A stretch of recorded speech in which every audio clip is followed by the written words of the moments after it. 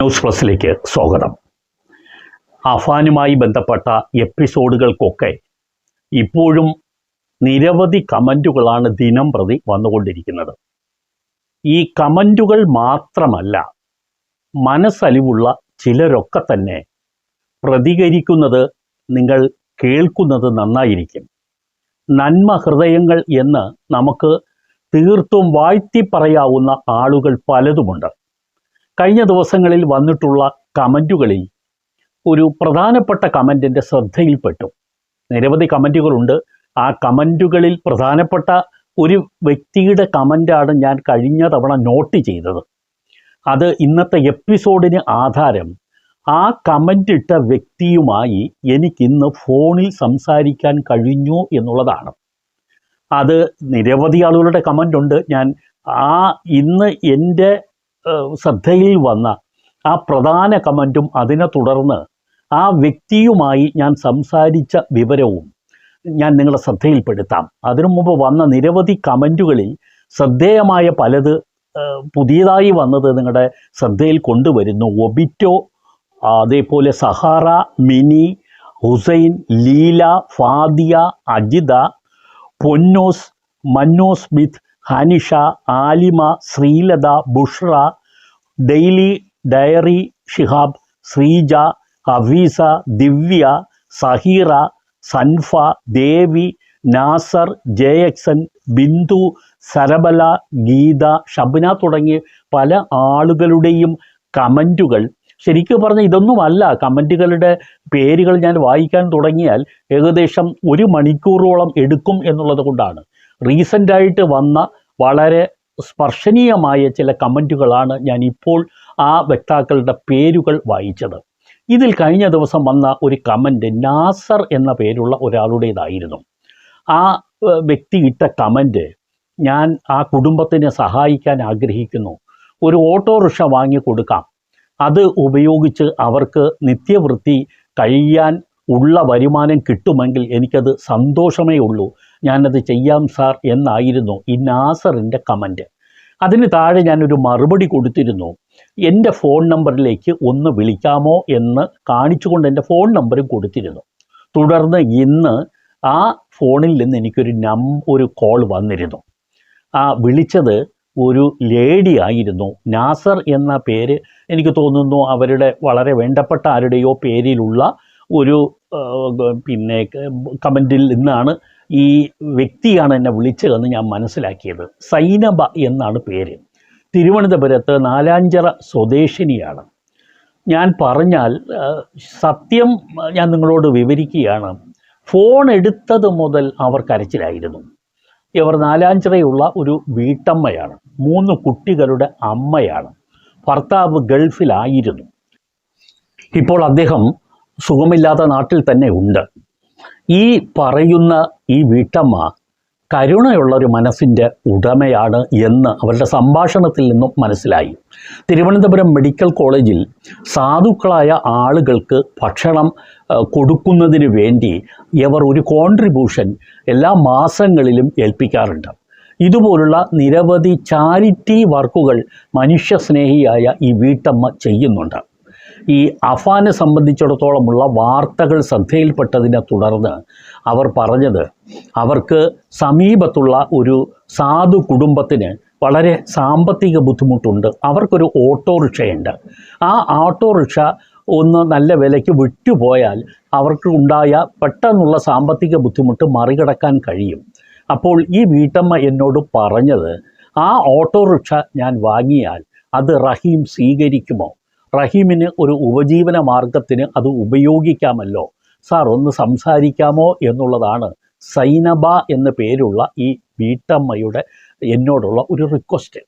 ശരിക്കും അവർ ഏതാണ്ടൊരു 7 മിനിറ്റോളം എന്നോട് സംസാരിച്ചു. കരയുകയായിരുന്നു. അതായത് അഫാനെ കാണണം. അഫാനെ കാണാൻ വേണ്ടി ഈ സൈനബ ആ മെഡിക്കൽ കോളേജിൽ പോയിരുന്നു. പക്ഷേ അവിടെ കാണാൻ അനുവദിക്കാറില്ല. കാരണം അഫാന് വളരെ റിലേറ്റീവ്സ്, അതെങ്കിൽ പേരൻസ് ആയിട്ടുള്ള ആളുകളെയോ ഒരു അഡ്വക്കേറ്റിനെയോ മാത്രമേ സന്ദർശിക്കാൻ അനുവാദം കൊടുക്കാറുള്ളൂ. കാരണം വളരെ സെക്യൂരിറ്റിയോട് കൂടിയാണ് അഫാൻ അവിടെ പാർപ്പിച്ചിരിക്കുന്നത്. പലപ്പോഴും ഏറ്റവും നോട്ടബിളായ ഒരു വ്യക്തിക്ക് കൊടുക്കുന്ന സുരക്ഷിതത്വം മുഴുവൻ ഇപ്പോൾ കൊടുത്തിട്ടുണ്ട്. പ്രത്യേകിച്ച് അഫാൻ ഏറ്റവും ഒടുവിൽ ചെയ്ത ഒരു കുറ്റം കൂടി നമുക്കറിയാമല്ലോ. അതിൻ്റെ കൂടി അടിസ്ഥാനത്തിൽ ഇനി ഒരു അപകടാവസ്ഥ ഉണ്ടാകരുതെന്ന് കരുതി ജയിൽ അധികൃതരും ഹോസ്പിറ്റൽ അധികൃതരും ഒക്കെ വളരെ ശ്രദ്ധ ചെലുത്തുന്നുണ്ട്. അതുകൊണ്ട് എല്ലാവർക്കും അഫാനെ കാണാൻ കഴിയുകയില്ല. ഞാനത് അവരെ പറഞ്ഞ് ബോധ്യപ്പെടുത്തി കൊടുത്തു. അവർ മറ്റ് വഴികളിലൂടെ പോലും ആ നല്ല വീട്ടമ്മ ശ്രമിച്ചിരുന്നു അഫാനെ കാണാൻ. ഒന്ന് കാണാൻ, ആ മുഖം കാണാൻ, ഒന്ന് ചേർത്ത് നിർത്തി കരയാൻ എനിക്ക് കഴിയുമോ സാർ എന്നാണ് ചോദിച്ചത്. മനസ്സലിവുള്ള നിരവധി മനുഷ്യർക്കിടയിലാണ് നമ്മളൊക്കെ ജീവിക്കുന്നത് എന്നുള്ളത് നമുക്കൊക്കെ സന്തോഷിക്കാവുന്ന ഒരു കാര്യമാണ്. എനിക്ക് സൈനബയുടെ വാക്കുകൾ ഇനി കുറേ ദിവസത്തേക്ക് എന്നെ വല്ലാതെ വേട്ടയാടുമെന്ന് തീർച്ചയാണ്. എങ്ങനെയാണ് എന്ന് പറഞ്ഞാൽ, എൻ്റെ സങ്കടങ്ങളും ഇതുപോലെ പലരും പറയുന്ന സങ്കടങ്ങളുമെല്ലാം കൂട്ടിച്ചേർത്തുകൊണ്ട് എനിക്കും പലപ്പോഴും എൻ്റെ സങ്കടങ്ങൾ ഇരട്ടിച്ചിരട്ടിച്ച് ഞാനും ഇപ്പോൾ ഈ ചാനലിൽ സ്ഥിരമായി അഫ്വാൻ്റെ കാര്യം മാത്രം ഇടുന്ന ഒരു സ്റ്റേജിലേക്ക് പോവുകയാണ്. എനിക്കതിൽ നിരാശയൊന്നുമില്ല. ഞാനിതിൽ ഒരു പ്രൊഫഷണൽ അപ്രോച്ച് കാണുന്നുമില്ല. മറിച്ച് എൻ്റെ മനസ്സിലുള്ള വൈകാരികത മുഴുവൻ പങ്കുവെച്ചുകൊണ്ട് തന്നെ ഓരോ സംഭവങ്ങളെയും നോക്കിക്കാണുക എന്നുള്ളതാണ് ഞാൻ ആഗ്രഹിക്കുന്നതും അതിനുവേണ്ടി തന്നെയാണ് ഞാൻ കാര്യങ്ങൾ ചെയ്യുന്നതും. ഞാൻ സൈനബയോട് പറഞ്ഞത്, സൈനബ, ഈ വിഷയം ഞാൻ റഹീമിൻ്റെ ശ്രദ്ധയിൽ ഇന്ന് തന്നെ കൊണ്ടുവരും. അതിനുശേഷം അദ്ദേഹത്തിൻ്റെ പ്രതികരണം എന്താണോ അത് ഞാൻ അറിയിക്കാം. അതിനെ തുടർന്ന് അദ്ദേഹം പറയുന്ന രീതിയിൽ കാര്യങ്ങൾ ചെയ്യാം എന്ന് ഞാൻ പറഞ്ഞ് ഈ സൈനബയെ ആശ്വസിപ്പിച്ച് നിർത്തിയിരിക്കുകയാണ്. ഞാൻ ഇതിനിടയിൽ ഈ എപ്പിസോഡ് ചെയ്യുന്നതിനിടയിൽ റഹീമിനെ വിളിക്കാൻ ശ്രമിച്ചു. പക്ഷേ റഹീമിനെ കിട്ടുന്നില്ല. എന്തായാലും ഇന്ന് തന്നെ ഞാൻ റഹീമിനെ ഏതെങ്കിലും സമയത്ത് ഞാൻ റഹീമിനെ ഫോണിൽ ബന്ധപ്പെടാൻ ശ്രമിക്കും. സൈനബയുടെ ആഗ്രഹം ഞാൻ അദ്ദേഹത്തിന് അറിയിക്കും. അദ്ദേഹം എന്താണ് പറയുന്നത് എന്നുള്ളത് നിങ്ങളുമായി പങ്കുവെക്കുകയും ചെയ്യും. നമുക്കത് നോക്കാം. പക്ഷേ ഞാൻ ഇന്ന് ഈ എപ്പിസോഡിൽ ഞാൻ പറയുന്നത്, ഇത്രയൊക്കെ മനുഷ്യർ ഇങ്ങനെ അഫാന് വേണ്ടി പ്രാർത്ഥിക്കുമെന്ന് സ്വപ്നത്തിൽ പോലും ഞാൻ കരുതിയിരുന്നില്ല. ഇങ്ങനെ ഒരു എപ്പിസോഡ് ഇടുമ്പോൾ ഞാൻ കരുതിയിരുന്നത് എനിക്ക് നെഗറ്റീവായിട്ടുള്ള കമൻറ്റുകളുടെ ഒരു പ്രവാഹമായിരിക്കും എന്നാണ് ഞാൻ കരുതിയിരുന്നത്. കാരണം ഒരു 5 പേരെ ഇല്ലാതാക്കിയ ഒരു വ്യക്തിക്ക് വേണ്ടി ഞാൻ ചില കാര്യങ്ങൾ പറയുമ്പോൾ അതിനോട് പ്രതിഷേധിക്കുന്ന ആളുകളുടെ എണ്ണമായിരിക്കും കൂടുതൽ എന്ന് ഞാൻ കരുതിയിരുന്നു. പക്ഷേ സംഭവിച്ചത് മറിച്ചായിരുന്നു. ആ കുട്ടിയുടെ മുഖം, ആ 23-കാരൻ്റെ മുഖം നോക്കിയാൽ, നമ്മൾ 2 വട്ടം നോക്കിക്കഴിഞ്ഞാൽ നമ്മുടെയൊക്കെ മനസ്സലിഞ്ഞു പോകും. ഞാൻ ഇന്ന് സൈനബയോട് പറഞ്ഞതും അതൊക്കെ തന്നെയാണ്. ഇയാൾ ചെയ്തത് കുറ്റമല്ല എന്ന് നമ്മൾ പറയുന്നില്ല. അതിൽ നിന്നും അദ്ദേഹത്തിന് ഈ ഇന്ത്യൻ ശിക്ഷാന്യായ സംഹിത എന്തു പറയുന്നോ അതനുസരിച്ചിട്ടുള്ള കാര്യങ്ങൾ അദ്ദേഹത്തിന് കോടതി നൽകട്ടെ. പക്ഷേ ആ മനുഷ്യനെ പോയി കാണാൻ അയാളെ മാതാപിതാക്കൾ തയ്യാറാകണം എന്നുള്ളത് മാത്രമേ നമ്മൾ പറഞ്ഞു വെക്കുന്നുള്ളൂ. അല്ലാതെ അഫാനെ രക്ഷപ്പെടുത്തിയെടുക്കണം, ഈ കോടതിയുടെ മുമ്പിൽ നിന്നും രക്ഷപ്പെടുത്തിയെടുക്കുന്നതിന് അതിന് വേറെ നിയമപരമായ നടപടികളൊക്കെ തന്നെയുണ്ട്. അത് അതിൻ്റെ വഴിക്ക് പോകട്ടെ. പക്ഷേ ഈ പേരൻസ്, പ്രത്യേകിച്ച് ആ ഉമ്മയ്ക്ക് മകനെ കാണിച്ചു കൊടുക്കണം. അവൻ എന്തുകൊണ്ട് എന്ന് ചോദിച്ചു കഴിഞ്ഞാൽ, കുറ്റം ചെയ്തു എന്നുള്ളത് അംഗീകരിച്ചു കൊണ്ട് തന്നെ എന്തായാലും ഒരു വ്യക്തിക്ക് അയാൾ മരണത്തിൻ്റെ ഉള്ളിലേക്ക് നടന്നു പോയിട്ട് മടങ്ങി വന്നതാണ്. ആ വ്യക്തിയെ അയാൾക്ക് അവസാനമായിട്ടാണെങ്കിലും അയാളെ മാതാപിതാക്കളെ കാണാൻ ആഗ്രഹമുണ്ടാകും, പെറ്റ ഉമ്മയെ കാണാൻ ആഗ്രഹമുണ്ടാകും. ആ ആഗ്രഹമാണ് നമ്മൾ എടുത്തു പറഞ്ഞത്. അഫാൻ്റെ കുറ്റകൃത്യങ്ങളെ ന്യായീകരിക്കുന്നു എന്ന് പറഞ്ഞാൽ അതിന് ചില പശ്ചാത്തലങ്ങൾ കൂടിയുണ്ട്. ഒരു പൊറുതി മുട്ടിയ ഒരു കുടുംബത്തിലെ അംഗമാണ് ആ 23-കാരൻ. അയാൾക്ക് ശരിയായ രീതിയിൽ ഈ 7 വർഷമായി ആ കുടുംബത്തിൻ്റെ പ്രാരാബ്ധങ്ങൾ മുഴുവൻ ഏറ്റെടുത്ത ഒരു 23-കാരനാണ്. പലരും ചോദിക്കും, ജോലിക്ക് പോയിക്കൂടെ എന്ന്. അയാൾ ജോലിക്ക് പോയതാണ്. അയാൾ ജോലിക്ക് പോകാതിരുന്നില്ല. അയാൾ കേറ്ററിങ്ങുമായിട്ട് ബന്ധപ്പെട്ട് ജോലിക്ക് പോയതാണ്. പിന്നീട് കുറേ നാൾ കഴിഞ്ഞപ്പോൾ അയാൾക്ക് അവിടെ ചില പ്രശ്നങ്ങൾ വന്നിരുന്നു എന്ന് ഞാൻ മനസ്സിലാക്കുന്നു. അത് തൊഴിൽ സംബന്ധമായ ചില കാര്യങ്ങളാണ്, മറ്റ് പ്രശ്നങ്ങളൊന്നും അല്ല. വളരെ പാതിരാത്രിയോളം പോകണം. അത് ഈ വെഞ്ഞാറമൂടിൽ നിന്നും ദൂരെ ആറ്റിങ്ങൽ എന്ന് പറയുന്ന കഴക്കൂട്ടം എന്ന് പറയുന്ന സ്ഥലത്താണ്. അവിടെ രാത്രികാലങ്ങളിലൊക്കെ പോകണം. അനിയനെയും കൊണ്ട് പോകേണ്ടി വന്നിട്ടുണ്ട്. പല സ്ഥലങ്ങളും കണ്ടുപിടിച്ച് ഭക്ഷണം എത്തിക്കേണ്ട സാഹചര്യങ്ങളൊക്കെ ഉണ്ട്.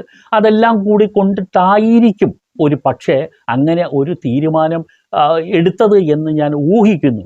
പക്ഷേ ജോലിക്ക് പോവില്ല എന്നൊരിക്കലും അഫാൻ പറഞ്ഞു നടന്നിട്ടില്ല.